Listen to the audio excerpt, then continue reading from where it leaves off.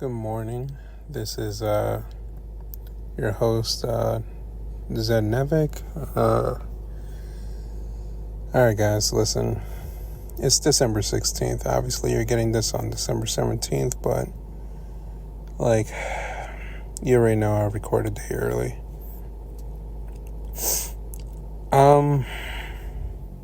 So as you may know, that I usually on this podcast it's marked as a comedic podcast, right? I pretty much act like a blubbering idiot, like half the time when I'm on here. And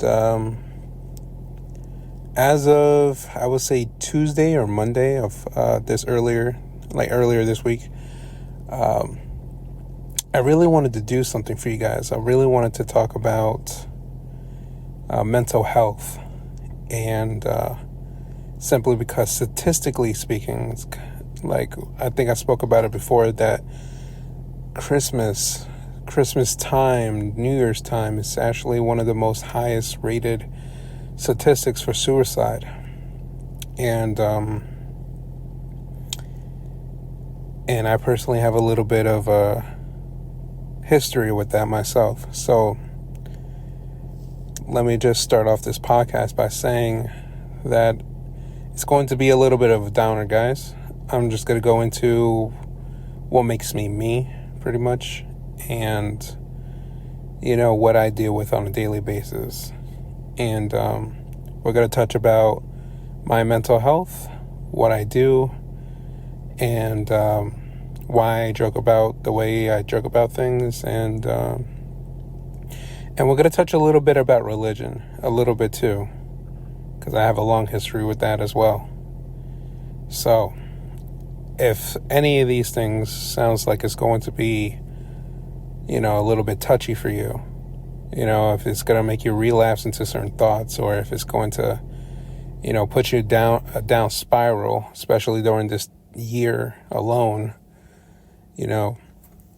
please, I'm not going to make you just sit here and listen to me, okay? All right.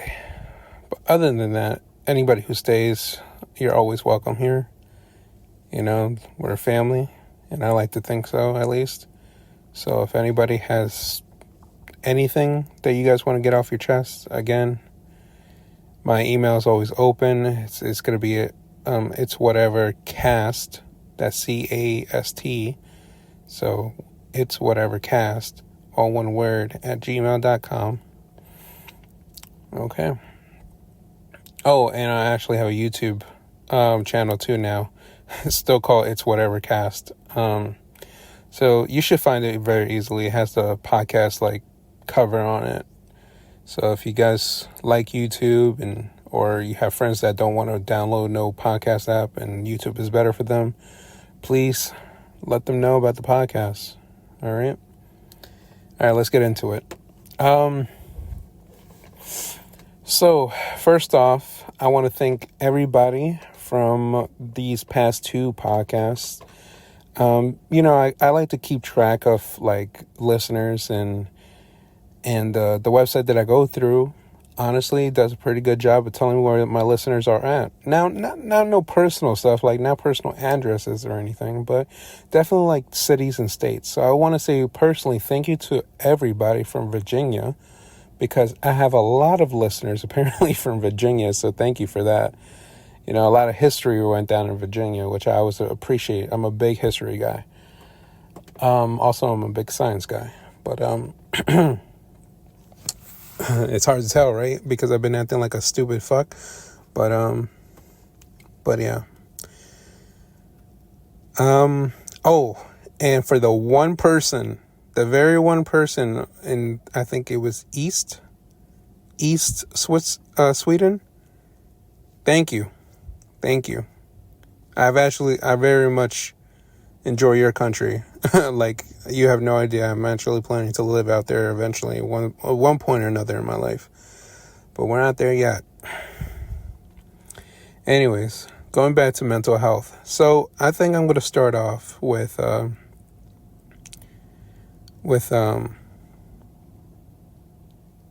I guess, what makes me me. So let's start off with that. So guys, I feel old, you know. I guess anybody my age would.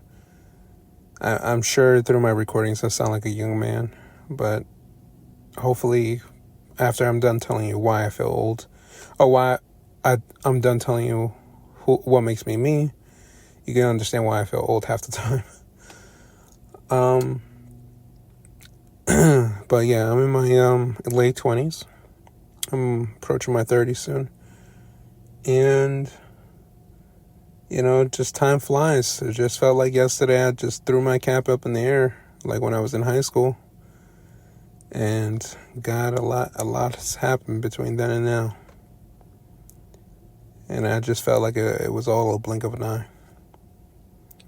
And, scientifically speaking, your brain cuts up segments of time into shorter clips, shorter and shorter and shorter. This is just something your brain does naturally. But you remember when you was a kid, it seemed like it was forever, right? Like you're a child, you're waiting forever to grow up, or waiting forever for your next birthday, or you're waiting forever for Christmas. It's like everything was just so long. Even the school days. Remember school days? 1 week was like a month. Like it was just so long. But that's what a young brain is. Your young brain takes up so much information, and it also kind of slows it down a little bit in your brain too, to the point where it seems like a very long process. Now that you're older, your brain can't retain as much information because it's just getting older. And because it can't retain so much information, it just seems like the time is getting a little faster and faster. It's making it feel like even though you just pay rent this month, rent is due very fucking soon. So, yeah. It's definitely a struggle when you get older. And it's just going to keep getting that way for all of us. Anyways, so I want to start off by talking about my childhood a little bit. So I'm basically the byproduct of, divorced parents. That's like my earliest, upbringing to, the shit show. So, divorced parents, mother and father never got along. Mother and father, I've been more times in a courtroom than I've been on a playground growing up. What parent do I want to live with? They touch you here and there. Have they hit you? Can you explain these marks on your arms?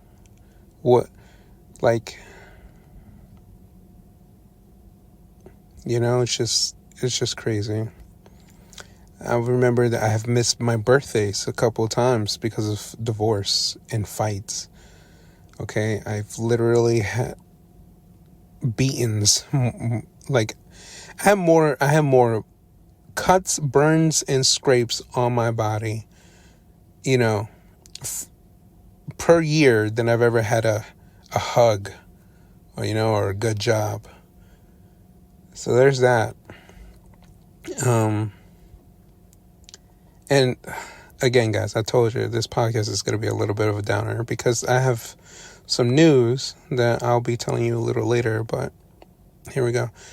So yeah, so product of divorced parents all my life. I would say not my earliest memory, but my earliest memory of it impacting me was probably when I was 6 years old, when between the ages of 0 to 6, I've been living with my mother, and then I think there was a time, I'm pretty sure I was 6. I swear I was older than this, but there was a time when my mother met this guy. All right, I'm not going to say anybody's name unless they give me permission here, but this guy who is now the father of my youngest sister, all right? They just met at this time. He was about 25 years old, I believe, when him and my mother met.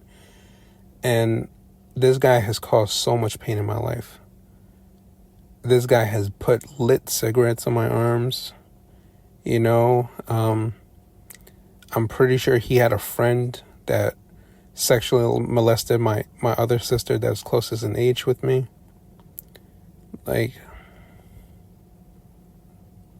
I had this guy beat me up because I asked maybe a question or two too much. You know, like how kids are inquisitive. You know, that happened to me, where I just got the living shit beat out of me as a young kid. And I wasn't even allowed to talk about it. Because if I talked about it, then my mother would have got beaten. And you know what? Me being the strong little soldier boy that I was trying to stay strong for my mother. And I know on the first podcast I say, you know, fuck my mom and everything. But there was a time where I did love her. There was a time. It was natural. It was instinctual. But yeah. So, speaking of this guy, him and my mother, we lived in Alden, New York at this time. I was born and raised in New York, specifically Long Island, New York. And he left us with me and my sister. I'm speaking about. He left me and my sister with this so-called friends. And now, these friends were known for shooting up heroin and doing cocaine. My mom saw no problem with this at all. She just saw that this was a guy who was giving her some good dick. And a trip to Florida sounds fun. I don't know what they did on that trip. All I know is it was a 2-week time span. That's all I know. Within that 2 weeks, all I can remember is that I was believed, because I remember this image very, like, it haunts me. But they pretty much put me and my sister in this, like, I'm going to say basement / like shelter, you know, like, you know how like the Wizard of Oz, you know, everybody went down in that fucking thing. It's like a storm shelter, if you can think that. So they had like one of those old school ones that I can remember. And me and my sister's down there. It has a full kitchen, a bedroom. But the thing is that there was so many cats, so many stray cats, cans of half-eaten tuna and cat food everywhere. And me and my sister was like, I don't even think my sister remembers the full picture, but me being a little older, we're 3 years apart, you know, I have a better memory of this. But, you know, we were locked in a room and I got nothing but eaten alive and clawed at by other cats. And, you know, I don't think my sister remembers. She remembers being there. She remembers the cats, but that's all her memory went. I don't think she remembers the cuts and bites and scratches we left with. And not only that, but we had no food. Okay, we were starving. We literally had to eat what was there on the floor. Like, I don't even think she remembers that. But, you know, it was a very traumatic experience. To this day, I don't like cats. I just don't. I tolerate them to up to a point. Like I said, I own a cat. I'm living with the number one thing that I fear. And it's not fear like, don't get me wrong, it's not fear like, oh, I'm trying to run away from them. Don't get it twisted, because I know like some motherfucker might listen to this and think it's cute to bring a cat to me because they know I'm scared of one. I'm not scared in the sense that I'm going to run away. I'm scared in the sense that if I see one, I just feel tense and I feel obligated to snap its neck. Now, listen, you all know about the fight or flight response. I'm definitely a fucking fighter. If I'm scared of something, I'm killing it. But let's go back to listen, I'm not mentally stable, especially right now. And I'll tell you why later. But, this is when I'm being vulnerable with you guys. I'm not trying to cut no bullshit with y'all because, that's not what I want to do for my listeners. I want you to know what I am, who I am, and maybe you can understand. Hopefully you have compassion. But, anyways, since that day, I don't know how it happened. I want to believe this is how it happened, which is I had no access. I don't even remember my own pop's phone number. But somehow I remember my father, like that door opening up, that storm door opening up, and I see my father at the end of it with 2 police officers and a Child Protective Services lady, or CPS for short. And we were saved. And since that day, my dad had full custody of us. Full custody.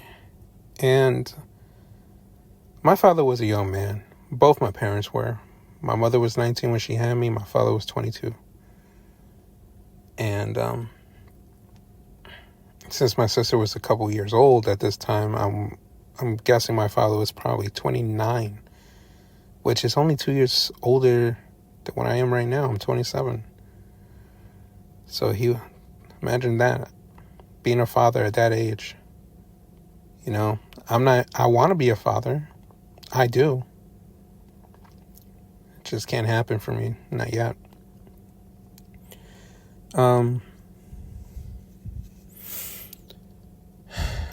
Anyways. So my father had full custody of me, and throughout my whole life, it's just been very tough. Of course I had good times with my family, especially with my father. My father has always tried to do his best. Was he the best father? I'm not going to say he was number one, but I'm not going to just, say that he didn't try. It's hard to be a single parent, period. It's hard to be parents, let alone a single parent. So I do give him credit for that. He's always put clothes on my back. He's always made sure that I was fed. All right, a little too much if you ask me. But, no, it's just, even he had his faults, like we all do. Like my father, he was very strict, he gave me a couple ass beatings himself, but, that's parenting. At least when I was growing up. Now they would kind of, tell us to soft parent now, right? But, anyways. So, yeah. So every time I've ever had pain, I never knew what to do with myself, Even to this day, my sister and my mother will vouch that I had serious anger issues because I never knew what to do with my anger. I always felt like I was defenseless half the time. Little boy, I haven't even hit puberty, so I didn't have no strength. Didn't hit puberty, and all I want to do is defend the people in my life. I wanted to defend my mother. I wanted to defend my sister. Even though me and her used to go at it like cats and dogs, there was still that instinctual binding of trying to protect her. And I just never knew what to do with myself,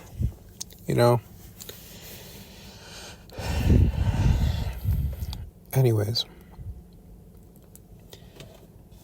I would say the change between, I still have anger. I'm not going to lie to you. I still have anger till right now. Even as I'm talking right now, the inner feeling within inside of me right now is between vulnerability, anger, and desperation. Oh, and fear. Like all happening at once right now. Me doing this podcast is not easy because I'm sharing something very personal with you guys. And I don't even know if I should be doing it. It could make me seem like a psychopath. But Anyways, so growing up, I would say I was a very angry boy. Very, very angry. And there was one time, like, my mom had visitation of me and my sister over weekends and sometimes full vacations, like summer vacation from school or something. And it's hard to get through my whole history in this podcast, but I'll try, or at least the highlights. And but yeah, we was in this crappy, like, little studio apartment.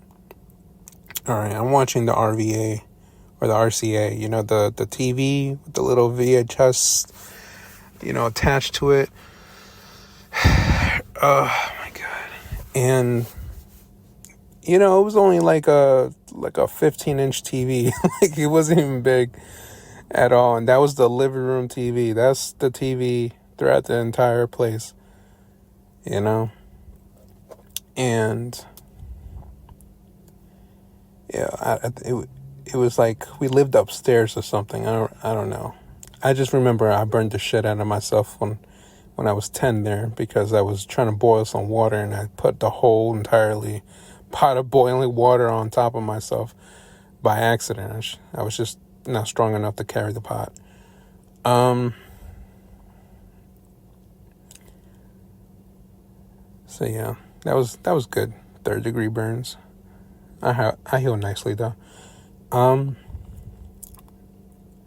Anyways, going back to that memory. So yeah, it was like maybe 10 or 11 at night. And I should say, was watching Comedy Central. My mom was getting ready to go out. I'm not sure if it was with friends or she was going to work or something. I just remember it being late and I had to look after my sister, and the youngest one. Which, by the way, if I was 10, that means my other sister that's closest in age with me was 7. And since I'm 8 years apart, 10 minutes, so the other one was 2. So a 10-year-old looking after a 7 and 2-year-old. That was me. Late at night. Baby's crying. Sister next room trying to help. And I was distracted. I was distracted by the TV. It was 10 or 11 at night, and a comedy special came on Comedy Central. What comedy special was it that any kid could have loved? It was Gabriel Iglesias' Fluffy. Very good comedy special. Very, very good. Even to this day, like, he inspired me to become a comedian. I wanted to be a comedian. I wanted to do stand-up so bad. I haven't even done it. I think I've done stand-up one time, and I didn't even know I was doing it. I was a teenager in a pizza shop, and I said one funny thing. Kids started laughing, and then the whole pizza shop started, like, tuning in. So I just told everybody, like, my jokes, and I have the guys, even grown adults, laughing. It was a very, very good feeling. But that was back when I was 14. But let's not get into that now. So, yeah. So comedy was the platform that I discovered that helped me anger most of my anger inside of me. I can't register anything crazy like deaths and accidents or anything like that in my brain properly as a human being. I have to make a joke. I have to. Because if I don't laugh about it, then I'm destroyed. I will literally break down and my mind will break. So I have to do this. Even this podcast right now, it's a podcast that I wanted to be comedic and be myself and be free of the social norm. But it's going to take a long time for me to even build this podcast the way I wanted to. That's why I'm asking you guys for help to spread it, to get out of the situation that I'm in now, which, again, will come later on. Anyways, so yes, 10 years old. discovered comedy, and that's what inspired me. I remember going to the local library. Library. I don't know where that accent came out of, but library, and it was the Brentwood Library. I'm not sure if you guys are familiar with Brentwood, Long Island, but it's not like California Brentwood. I'll tell you that. Bunch of gangs, specifically the MS-13, but I'm not gonna get into the hood that I grew up in. But yeah, I was going through that, and I remember going to the library, and I rented any and every comedy special I could have got my hands on. Alright, I watched some of that Jeff Dunham. I watched of Delirious and Raw from Eddie Murphy. Okay, I was even watching Anthony Jeselnik's stuff. Like I was on. It's probably too young to watch any of that stuff. Maybe not Jeff Dunham. I don't know. He's kind of corny to me now, but yeah, no, it's just didn't really have parental guidance, and plus comedy was strong, but I don't think it was heavily regulated. Like, you know, when you see like a film, it's like rated R or rated PG. I don't know. I think my parents didn't know what the hell I was watching. They just hear laughter and they're just like, oh, okay, it's probably okay. You know, but because of comedy, it actually, in a way, helped, you know, me and my father get closer. To this day, comedy has actually built friendships and relationships for me. I'll give you an example. I have a best friend right now. He's been my best friend since 7th grade. I still talk to him barely, but you know how guys are. We can just say, what's up? You're still alive, and, you know, that's it, and we're good. But, no, we became friends. I was not too smart as a child. We became friends since the 7th grade. I was not too smart as a child. I'll tell you that right now. I was dumb as bricks, but I was smart in other ways, if that makes sense. Like, I didn't know how to put my brain to the books, but I definitely had a curious mind. I definitely wanted to know everything and anything and how things worked. To this day, I'm still like that. I would sit there and try to learn anything and everything just because I want to understand not just how the world works, but how people too. And it's kind of contradictory because half the time it's hard for me to relate to people because of my childhood. It's really hard for me to be a regular human being, but I can't always listen to stories where people talk about their kids or their pets or what they're going to do on the weekend or anything like that because I can't relate. You know, if you told me a story where you just lost a finger or your car's just exploded, and, you know, those are really extreme circumstances. And I understand that they're extreme, but it's hard for me to give a fuck. It really is. I can pretend for you. That's all I could do, though. You know? And it's not because I don't care. It's just, it's really hard for me to connect. I want to care. I want to let you know that right now. I do want to care. But it's hard.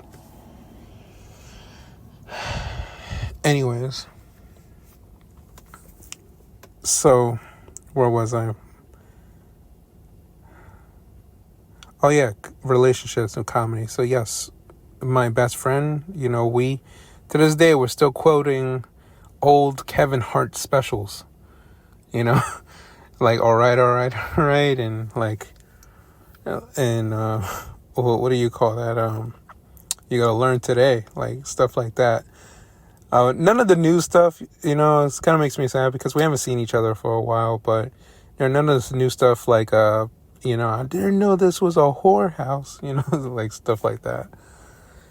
Oh my god, very good comedian. Hope to meet him one day. But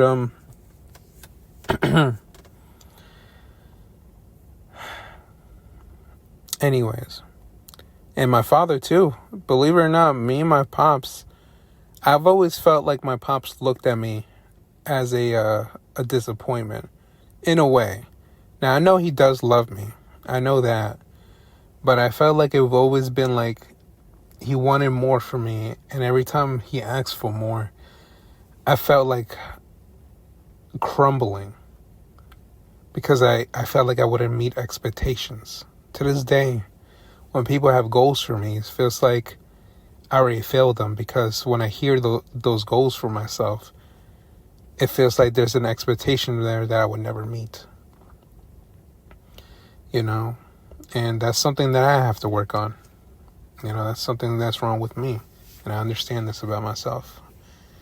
It's just, you know, as an adult, it's very hard to change. It's very, very, very hard to change. Especially what you know, with what you're used to in life. Anyways, so yeah, me and my father got closer, I would say, by watching Bill Burr. Bill Burr has saved a couple of, you know, bad moments between me and my father, I feel. You know, Bill Burr has definitely done that for us. And I will always be appreciative of him. I listen to his podcast, and he inspired me in some ways to make this podcast, because it showed me that you can literally make a podcast with just a phone and a computer, and that's it. So shout out to him. I hope to meet him. Oh my God, I would love to meet him. And not even just like on some fanboy shit. I'll just, you know, just have a beer, just talk. You know, it doesn't even have to be recorded on camera or nothing. I just want to say thank you and call it a day, even though I know that ginger fuck doesn't like compliments.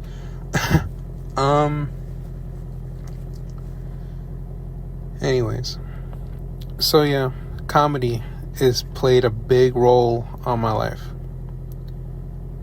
and comedy has helped me get out of certain situations that could have been very ugly. And to this day, I would say I struggle with the things I went through. And I could be like, oh, you know, I'm older now. It's the past. And I really want to believe that it's the past. I really do. I want to throw it all under the bridge.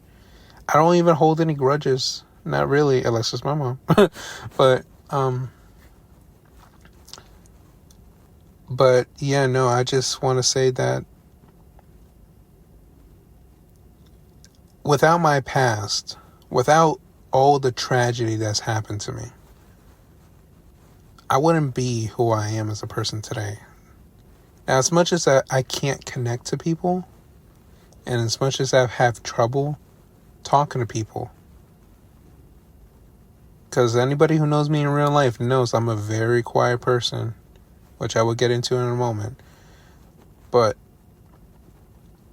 as a very quiet person, I still care for the human race for half the time. And I also resent the human race. Like, I wish humans were extinct, but at the same time, I have like this core about me. I don't get it. It's really hard for me not to exploit it. But I like helping an individual, if that makes sense. Right? I can't tell you, like, there's been times that I spent the last dollar in my pocket making sure somebody got fed. Okay, if it was an apple, an orange, or something like that, I would just make sure that they had something in their stomach. Okay, there was plenty of homeless people that I gave them, literally, when my bank account hit zero and I had no money but $1 bill in my pocket, I made sure a homeless person had it, because I still care about a human. Now, we all know that there's humans out there that are pieces of shit and that will exploit that kind of kindness.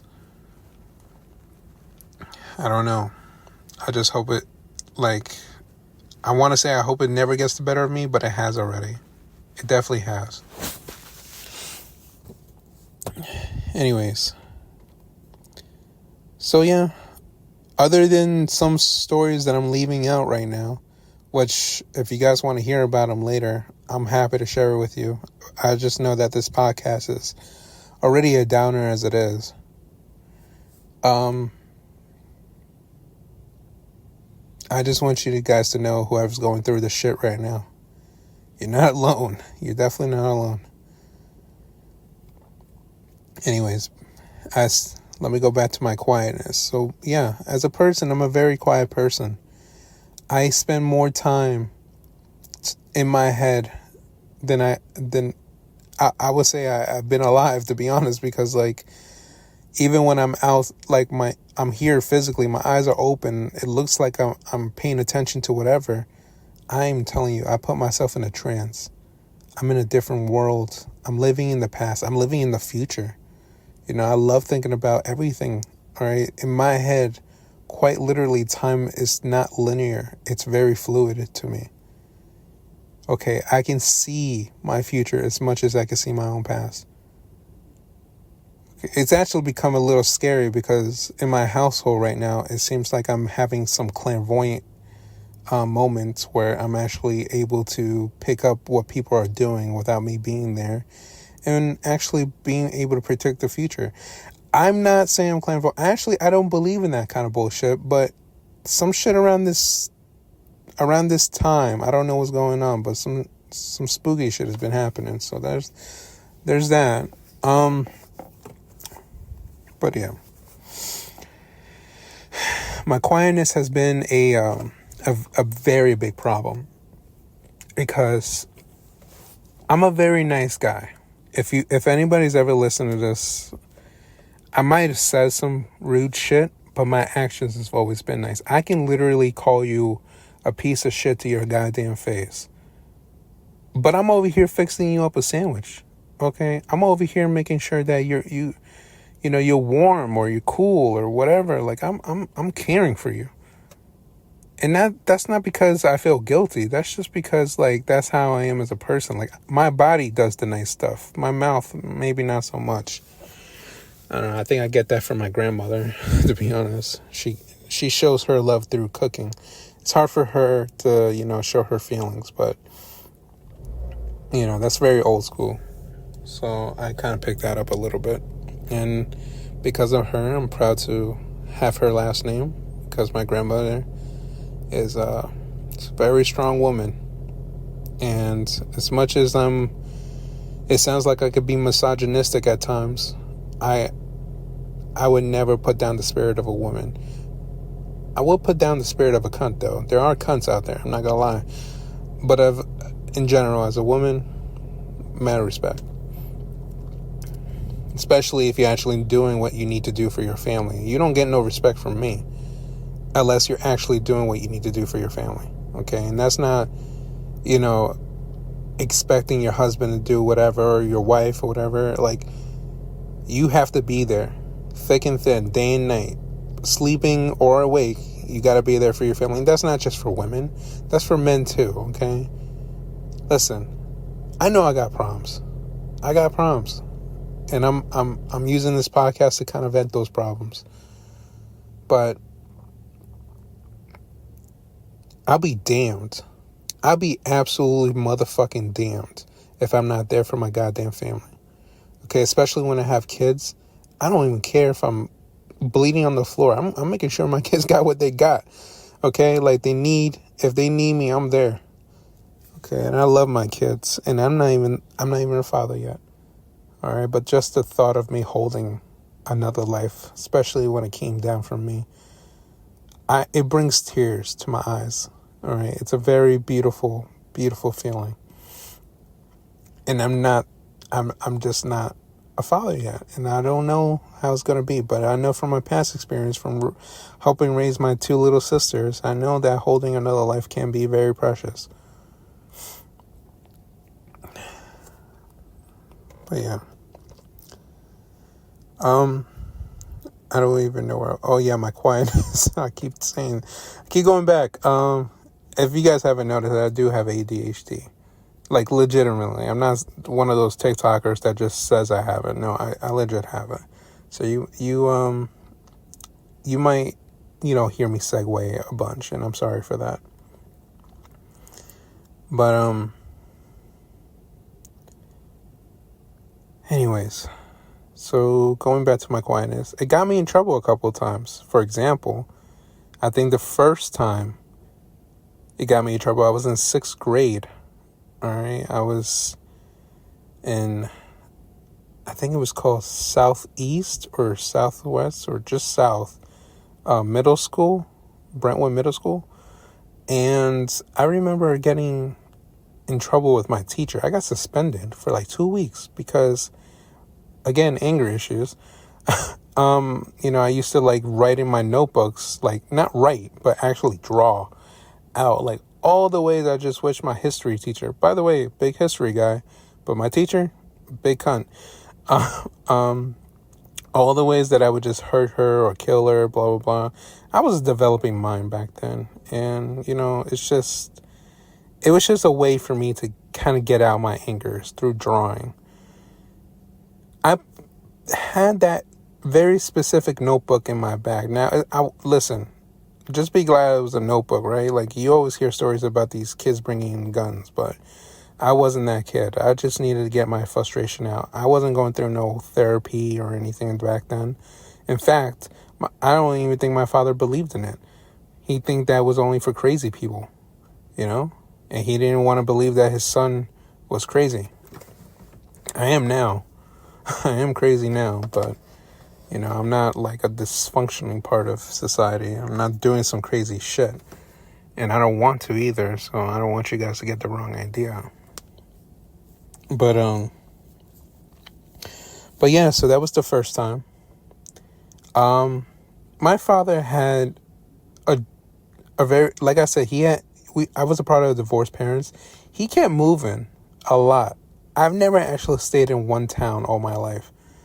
I moved more times than I've been alive, like more years I've been alive. Okay, if you can do a 1-to-1 ratio there. So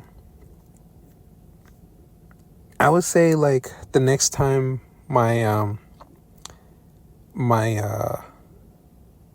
quietness has gotten me in trouble was I just moved to a new school. It was Patchogue High School, right? And I was probably a junior. I was a junior in high school. And it's a brand new school. Nobody knows me. Not one motherfucking person knows me, right? Doesn't even know my reputation. I had a really good reputation in Nassau County for wrestling because I was really good at like fucking people up. But I went to Suffolk County for a brief year of my life. Well, back to Suffolk County. I was raised there, but nobody even remembered me. Not even like I said, I did wrestling too in high school. And, I faced some people from my old town, from Brentwood. And they didn't even remember me. It's like I became a whole new person. So I was a little proud of that. But, anyways. What was I saying? So yeah, I'm in Patchogue, and my quietness got me in trouble simply because I just sat down. Like I literally sat down. Since I sat down, I'm hearing rumors of this kid he wants to steal my iPod. I forgot that Suffolk County is fucking hood as shit, but wants to steal my iPod, wants to steal the Jordans that I was rocking out back then. It wants to what do you call it? Fight me. This boy wanted to fight me. Now it's just because I just never interacted with this kid. He was a trouble kid as it is, but it seemed like everybody gave him attention. I just never did. So yeah, he made me a target. And then there was this girl. Honestly, back then, I thought she was fine as shit, right? I would have fucked her 3 ways through Sunday. But this girl and her friend wanted to make a rumor about me. A friend of my science teacher. Now, science was like my first love. Like, I loved science more than I did in history. All right, I would die for science if science was a bitch. But,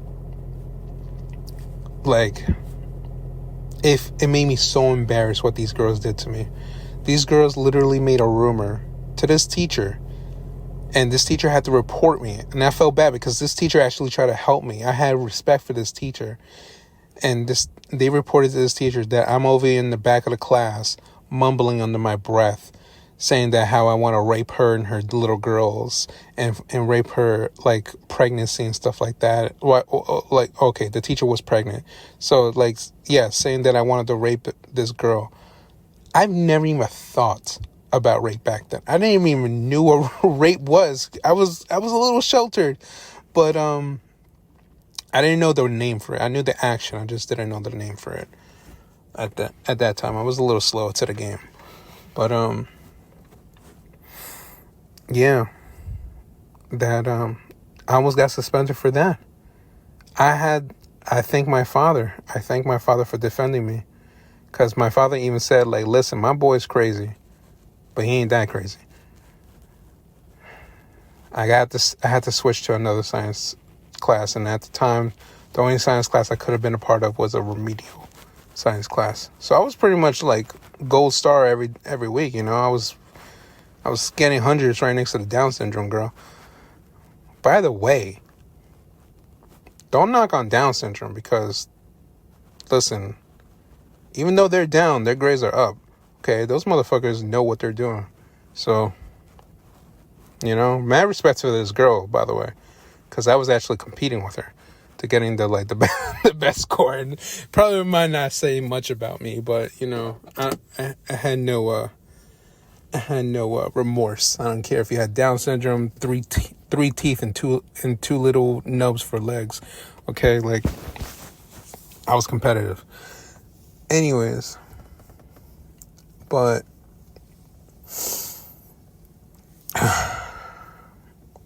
my quietness has always been a problem. And now every job I've ever gotten, I've been like, I quit a couple of jobs, I won't lie, but most times, like, I would say some jobs will let me go because I'm too quiet. They don't feel that I'm the right fit, that they don't feel like I'm a good candidate or something like that, just because I'm too quiet, or that it doesn't seem like I have a backbone or whatever.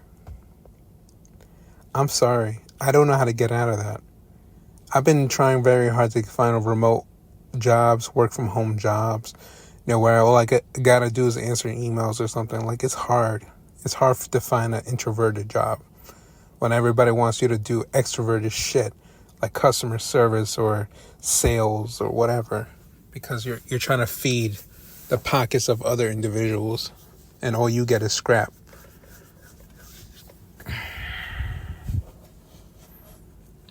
Anyways. But yeah, no, I had a really hard upbringing, and I'm not even getting into everything. I haven't even told you that I think I pretty much explained that I love my sisters, but would you believe me if I told you?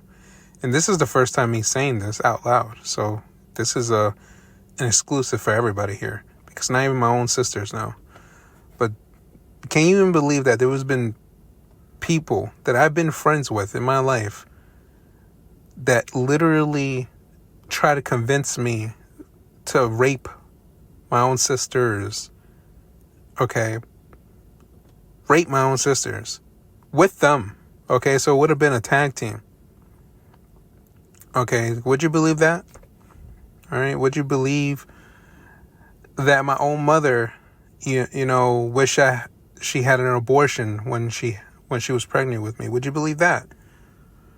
All right, would you believe that I got hit by a car from that very same woman, or left in a goddamn parking lot, you know, like, by myself with me and my sister, multiple days, by the way, by that same woman, or with my father, with the people that he dated? Would you believe that I've been left at a cemetery? I mean, not a cemetery, I'm sorry, it was a baseball park. Not that time. At that time, it was a baseball park. There was another time, but we won't get into that one. You know, this has been a lot of hardships in my life that I can't put into an hour.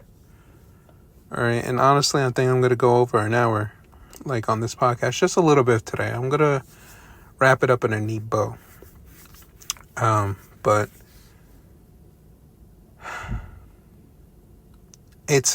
I'm going through some very hard depression right now. I as of recently, I've been a part of a job. I would say back in September, I was a part of a property management group that dealt with, buying and selling. I mean, yeah, just selling apartments, really, like renting out apartments to people. And I was, I'm okay. I was okay. I made sure people got what they needed and stuff like that. Now, if you're telling me to put the pizzazz in it, to be like, welcome, hi, my name is blah, blah, blah, I couldn't do it. I don't have that energy in me. I see the world in such a dark view. It's hard for me to be happy, and I'm trying. But I can't do it. And I've always been like that. Again, I'm going to come up with that a little later. Remember, I'm going to still talk about religion, so just stay tuned. So yeah, I was a leasing consultant. I had to leave that job because it was putting a mental strain on me to the point where I wanted to commit suicide. I've been having suicidal thoughts all my life. I would say the earliest one is when I was 12. And since then, I've always been on the verge of suicide all my life. The problem is that I'm just too pussy to actually go through with it. I've tried. All right? I've literally tried. I tried drinking myself. I tried taking pills. I tried, standing in the middle of traffic. I tried suffocating myself, choking myself. I tried, cutting myself. I tried all that. It just doesn't take. Even when I actually become really close, guess what? My body has this way of being resilient. Okay? I'm a good healer. My bones are fucking dense. I haven't even, except for one rib, I haven't even broken a goddamn bone, really. And I've been through some shit, so I don't get it. Like, I even fell off a fucking cliff before. Yeah, like I've done that before. All right. It was a different country, but I fell off, hurt myself really bad. And I was up and at 'em in like a couple days. Anyways.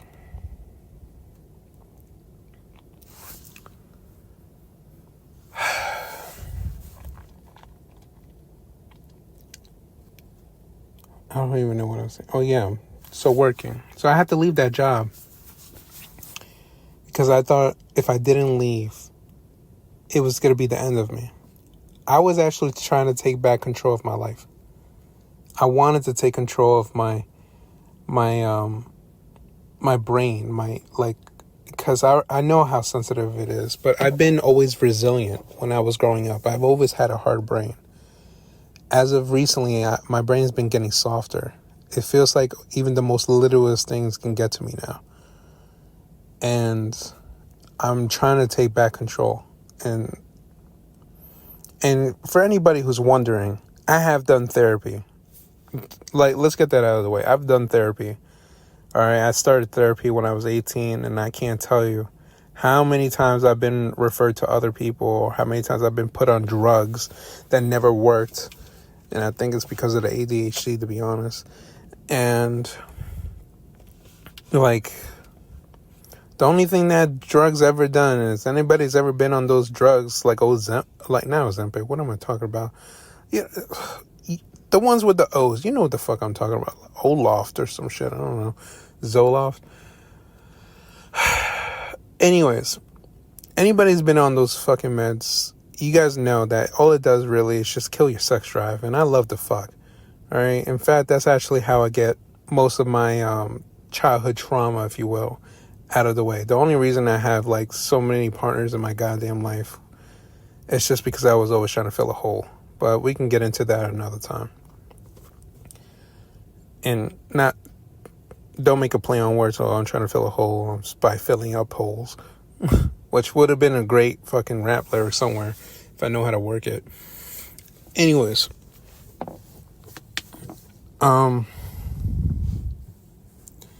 So yeah, I had to leave that job, and I became unemployed since September 8th, 2023.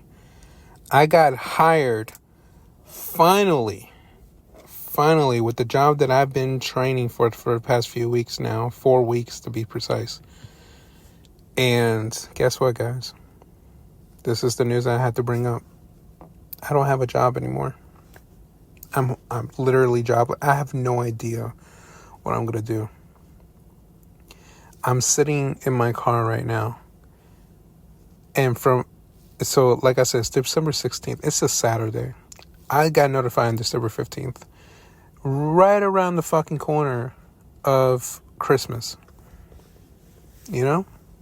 I can't afford gifts. I'm barely going to be able to afford my rent. I don't know about my other bills, but there's a really good chance that my car might get repossessed or something. I don't know what I'm going to do. I'm going to try to DoorDash or something, but it doesn't make much. Especially with the bills I got and the debt I got. It ain't going to make much. Anyways. So, yeah. I'm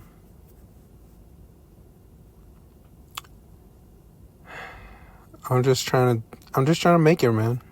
Just trying to make it. And now here comes the religious part. Guys, I'll be honest. I'll be very, very honest. I was raised Catholic. Went to Catholic church, did Palm Sunday, Ash Wednesdays. I did the whole goddamn 9. I know my Bible, okay? Not the stories, but I know the rules. And,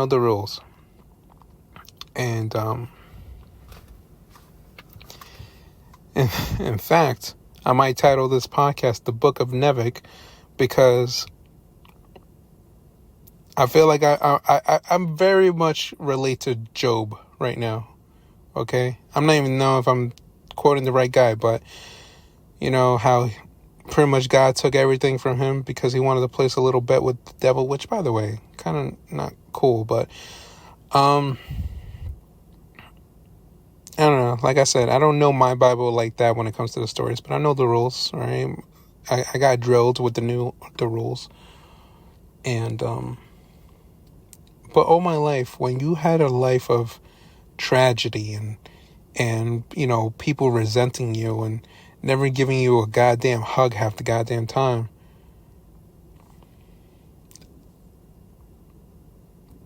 it's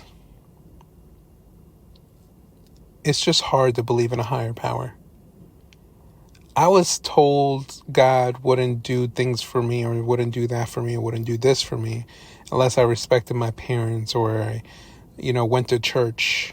You know, I really much resented God for a long time because, you know, it's just hard to see the light when you're always covered in dirt, if that makes sense. I've never been up. I would love to see up one day.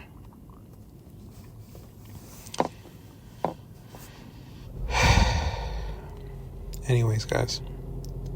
So yeah, for this job that I just got let go of, like I said, I was unemployed since September 8th. And I got hired maybe in November. It was a couple months. Of not having a job. It was so hard on me because I knew I had to provide. Okay, I had to be able to afford rent. I had to be there. And I have a partner. Like, I have a person that I'm planning to marry one day. And I don't want her to see that she's wasting her time on me.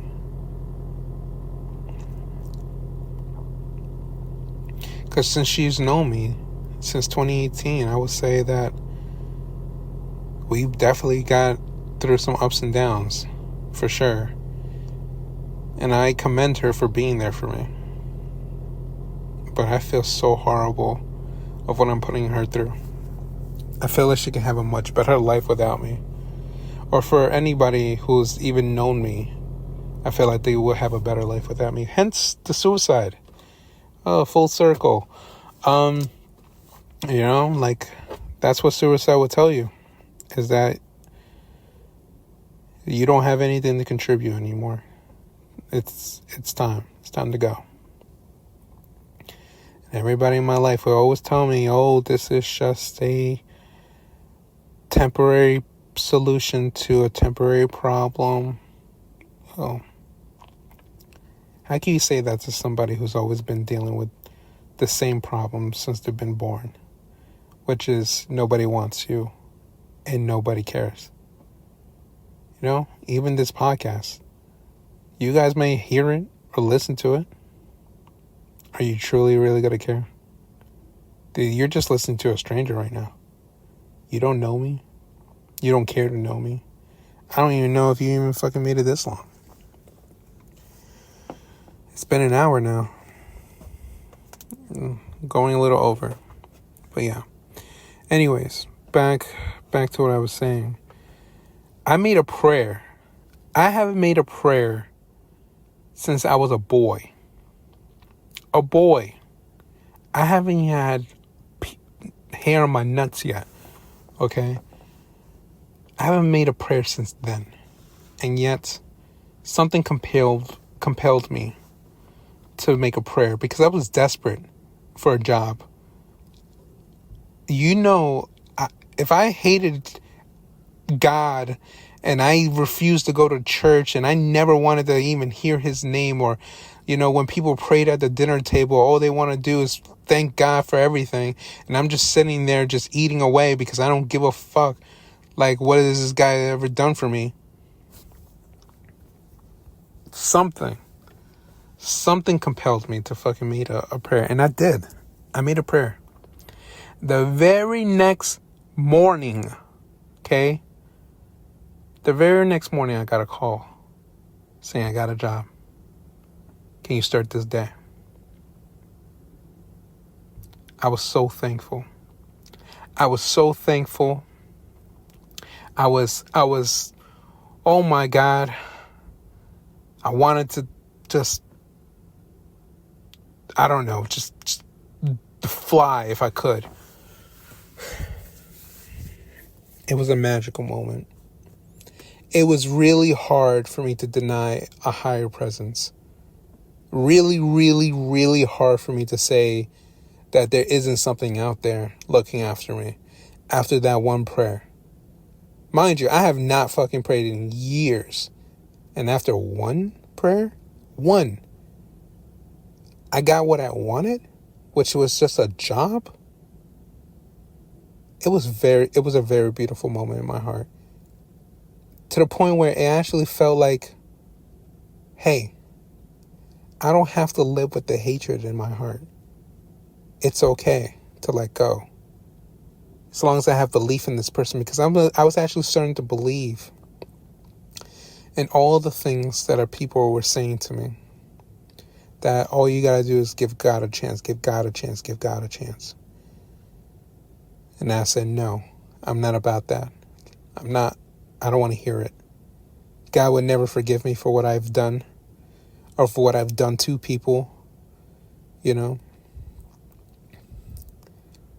What I've said to people, you know. But you know what? That day made me feel like anything was possible. It's been 4 weeks. Now I don't have that job. I'm sitting in my car, trying really hard not to break down. I drank myself to sleep last night. And let me tell you right now, it's really hard not to drink right now too, because I want to drink. But everything in my power is telling me that I'm just going to be a fucking bum for the rest of my life. Telling me that no matter what I do, it's not going to make a difference.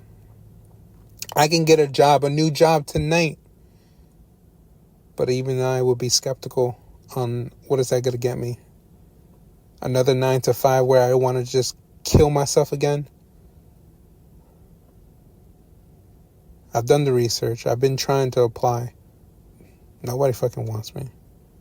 And I'm a good worker. Like, I try really hard to make sure I do the work. But really, it just pisses me off how people been treating me. But yeah, anyways, I'm here, jobless in the car, trying to figure out what I'm gonna do, because, bills are falling behind.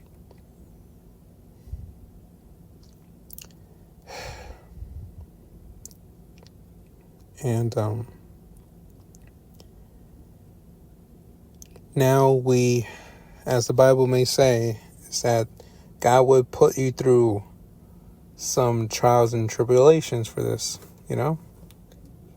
He would make sure that He's testing your faith to see how far your faith actually relies in Him, which I kind of resent a little bit, because even I as a human wouldn't do that to somebody. But it's putting a big question on my head right now, which is God playing with me? Is God playing with me? If there is a God, but, I don't even know. I want to say there is now because after that moment, but before I was very skeptical. I even study other religions, believe it or not. I studied Buddha, fucking Muslim. I studied the Jewish faith. I study a bunch of religions. Okay. Like, trying to see what even fits into me. Because I wanted to believe something for a long time. And all I got out of it is that they all pretty much have the same message, which is don't be a dick. Be a nice person. So that's all I try to do. Without religion, I try to be a nice person.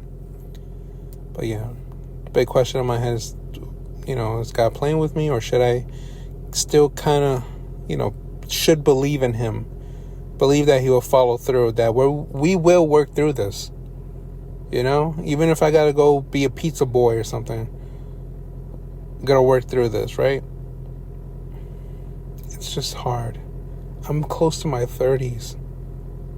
I've been in this up and down game my whole life. When am I going to actually settle on a job that I can raise my family on? That's all I want, really. I want to make decent money where I can just get out of my debt and raise a family. I want to see my kids grow up. Okay, I want to put a ring on my girl's finger. I have a ring, but like the wedding and all that, like, it all costs money. It all costs money. And we all know the money is the root of all evil, which I will get into money in a different podcast because I kind of went over my time now. But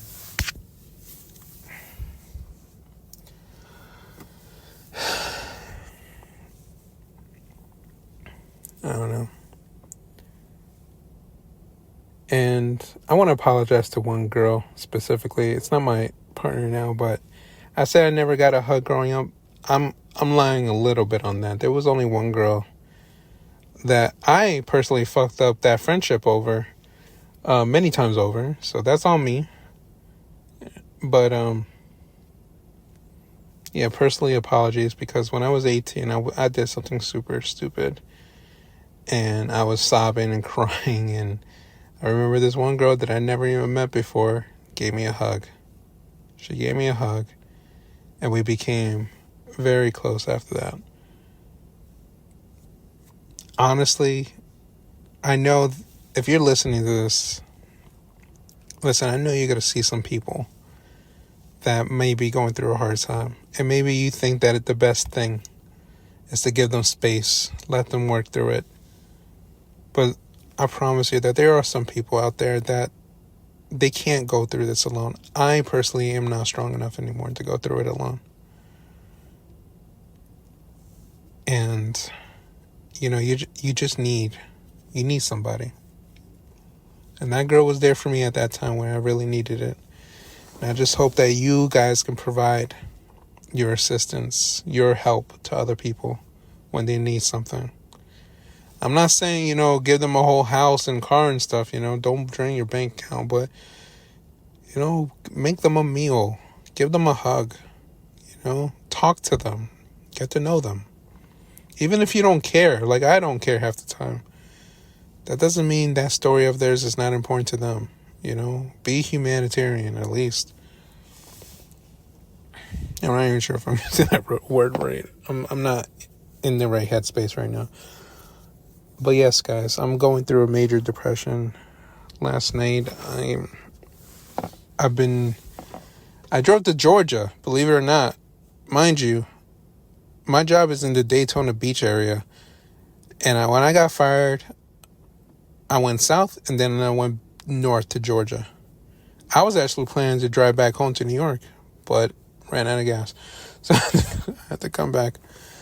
Couldn't even afford gas. How about that? Can't even afford gas. And Florida's gas rates are not as high as the rest of the country. So anyways. So yeah, I do. When I'm going through a lot of distress, I'm actually going to, I don't know, I'm just going through a lot. And I go through a lot of big extremes, you know, whether it's me trying to kill myself, which that also happened last night. And, you know, even now I'm still thinking about it. And I'm trying my best not to do it. But we'll see. Like I said, I'm too pussy, so I probably can't do it, but hopefully I get into a car crash or something, because I'm tired of this damn pain. And for anybody who's been, like, I've been personally referring to this podcast, like, you guys are very nice people, all right? I know you know me in person, and I know you know my real name in person, but the people I personally refer this podcast to, like, I'm sorry that you guys had to hear all this. You guys seem very nice people, and I actually would have saw a very good friendship. But if I haven't gotten fired, you know, I don't have your contacts. So if you guys listening, hey, want to reach out, just reach out back to the email that I referred to at the beginning of the podcast. It's whatevercast@gmail.com. Anyways, so yeah, guys, this is pretty much the podcast. It's sorry for the downer.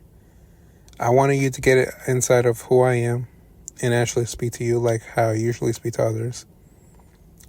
And yeah, and I still want to act crazy. Don't get me wrong. I still want to make, you know, raunchy jokes. I still want to get it off my chest, because we all know the jokes I make is not appropriate for public.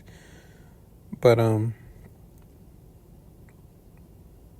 no, I just want you to know you guys could be real with me. It's just like I'm trying to be real with y'all. All right, this podcast is literally designed not just because I want to have my own podcast, but I want you guys to have a platform where you guys can actually be free. You know, when you want to get something off your chest, or you want to say a joke that it's not appropriate or whatever, guess what? This is the place to do it, because I don't judge. I really don't. I'm really good at judging, but I don't judge, because this is what this platform is made for. It's for you to be your own person. If you want to be anonymous, be anonymous. If you want to be out there, be out there. But I'm here for you guys, and I hope you guys are here for me one day. All my, I'm gonna say 90 listeners, because that's what the ratings say on my website. So 90 listeners and 91, and that one guy in Sweden, or girl, lady. But yeah, if you guys can help me build this podcast and get me out of this runt that I'm in, hopefully be able to afford something, you know, whether you guys subscribe or donate to the podcast, which I will try to make a donation thing later on. I have my own, like, little Cash App and Venmo, but I don't think you guys, like, it's Christmas time. I don't even think you guys are willing to do that just yet. So let's just build the podcast together, right? So, like, a subscribe, a like on YouTube, whatever. Just help me out. And if you guys need help, if you guys want me to have a little conversation with y'all, I'll try my best. Just let me know. Anyways, guys, thank you very much for listening to me for this past hour. In a way, this podcast is actually helping me get off some things on my chest. And, so I thank you for that. All right. Love you guys. Talk to y'all later.